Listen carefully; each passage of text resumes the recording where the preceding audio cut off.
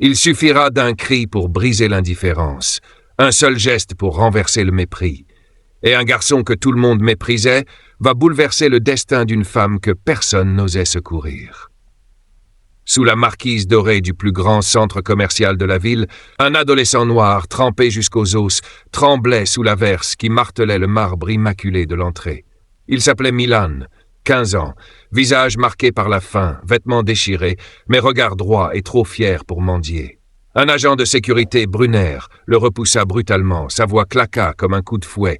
« Dégage, parasite! Tu fais fuir la clientèle !» Milan s'écroula, genoux écorchés dans une flaque boueuse. Autour de lui, des talons aiguilles s'éloignaient, des costards détournaient le regard et des murmures venimeux flottaient dans le hall climatisé. Parmi eux, Clarisse Belmont, mondaine connue pour ses galas de charité hypocrite, ricana en rajustant son sac griffé. Ces gosses des rues, tous des voleurs en puissance. Il faudrait nettoyer cette ville de leur présence. Milan se releva lentement. Il n'avait plus de mère depuis 3 ans. Juste des promesses mortes et une foi qui s'effritait. Mais ce jour-là, il ne fuit pas. Son regard balaya chaque visage, chaque sourire moqueur. Et c'est là que le destin choisit de frapper. Un bruit mat résonna soudain derrière les bacs à orchidées, un corps qui heurte le sol. Au milieu du marbre brillant, une femme blonde gisait, inconsciente, une flaque de sang s'étendant sous sa tête. Sa robe haute couture était souillée, ses bijoux ruisselaient au sol comme des perles éparpillées. Elena Mori, héritière d'un empire immobilier, enceinte jusqu'au ventre. Personne ne l'avait vue tomber, trop occupée à pointer du doigt le gamin indésirable. Milan, lui, vit tout. Le sang, les lèvres bleues, le ventre trop tendu, secoué de spasmes. Il sut immédiatement, cette femme et ses enfants n'avaient que lui. Il arracha son t-shirt trempé, le pressa contre la plaie pour contenir l'hémorragie. Ses gestes étaient précis, hérités d'une mère infirmière. Puis, de toute sa force, il hurla « À l'aide! Elle va mourir !» Les rires s'éteignirent. Les talons s'arrêtèrent. Brunner accourut, suivi d'un flot de curieux. Mais dès qu'ils virent Milan penché sur Elena, main couverte de sang, les jugements fusèrent comme des poignards. « Mon Dieu, il l'a agressée !» Clarisse, la voix tremblante de faux choc, hurla au téléphone levé. « Appelez la police, vite !»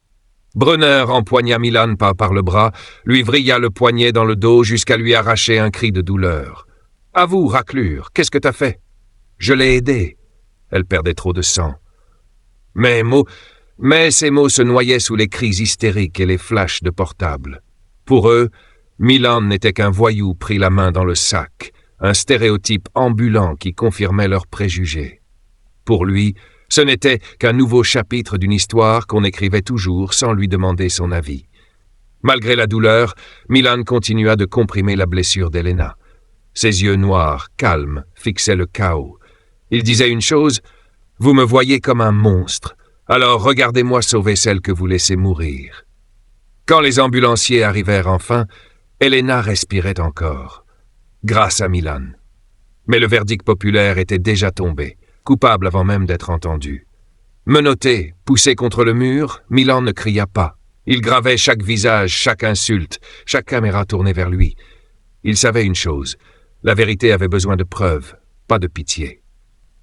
Au même moment, Clarisse s'offrait un festival de caméras, jouant la veuve éplorée de la sécurité urbaine. Brunner, lui, jouait au héros vigilant qu'on applaudirait sur les blocs de sécurité privés. Dans l'ambulance, entre 2 contractions, Elena reprenait conscience. Ses premiers mots haletants furent pour Milan. « Le garçon, où est le garçon? Il m'a sauvé. »« Reposez-vous, Madame Mori. Le criminel est neutralisé. Tout va bien, » mentit Clarisse, penchée sur elle comme une amie fidèle. Mais Elena secoua faiblement la tête, entre 2 sanglots. « Non, pas un criminel. Il a tout fait pour moi.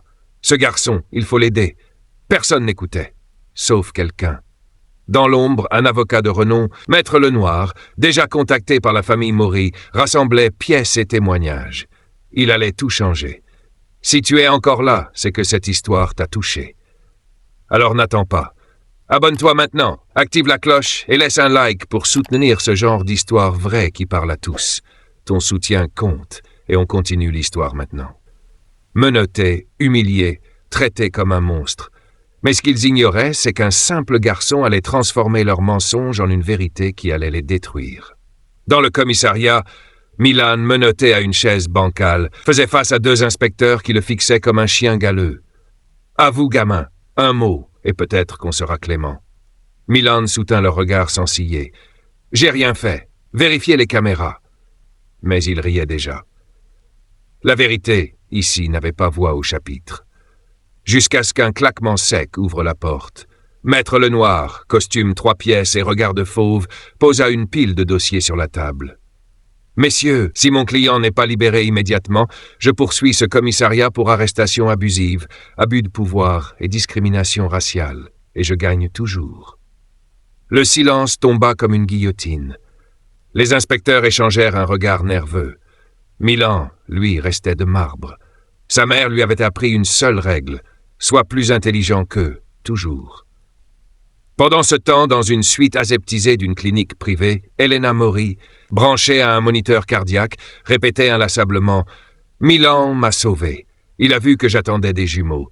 Il m'a mise en sécurité. Pas un mot de plus avant qu'on ne le libère. » Autour d'elle, médecins, avocats et familles s'agitaient, impuissants face à cette vérité qui ruinait le récit de Clarisse Belmont et de Brunner, l'agent zélé. Clarisse, quant à elle, paradait sur les plateaux télé, la larme facile et le discours rodé. Ces jeunes de la rue, un danger pour nos enfants, pour nos femmes enceintes. Je l'avais toujours dit. Mais le piège qu'elle avait tissé se refermait déjà. Maître Lenoir, maître du jeu, déposa devant le procureur une clé USB. Voici les enregistrements des 16 caméras du centre commercial. Voyons si la fiction de Madame Belmont résiste à la réalité. Dans la salle d'audience improvisée, la vidéo passa en boucle sur un écran géant. On y voyait Brunner, l'air soupçonneux, suivre Elena avant de la bousculer derrière les plantes décoratives. La chute, le sang. Puis Milan surgissant, pas pour fuir, mais pour la sauver. Clarisse, blanche comme la neige qu'elle prétendait distribuer dans ses œuvres de charité, tenta un dernier mensonge. Un montage. Un complot, je suis la victime. Mais la preuve était là. Et plus encore, relevé bancaire, SMS compromettant, échange de malversations pour évincer Elena du conseil d'administration de l'Empire Mori. Tout. Quand Brunner comprit qu'il serait seul à payer, il cracha tout, sanglotant. « Elle m'a payé pour la faire tomber. Elle m'a promis un poste mieux payé. C'est Clarisse!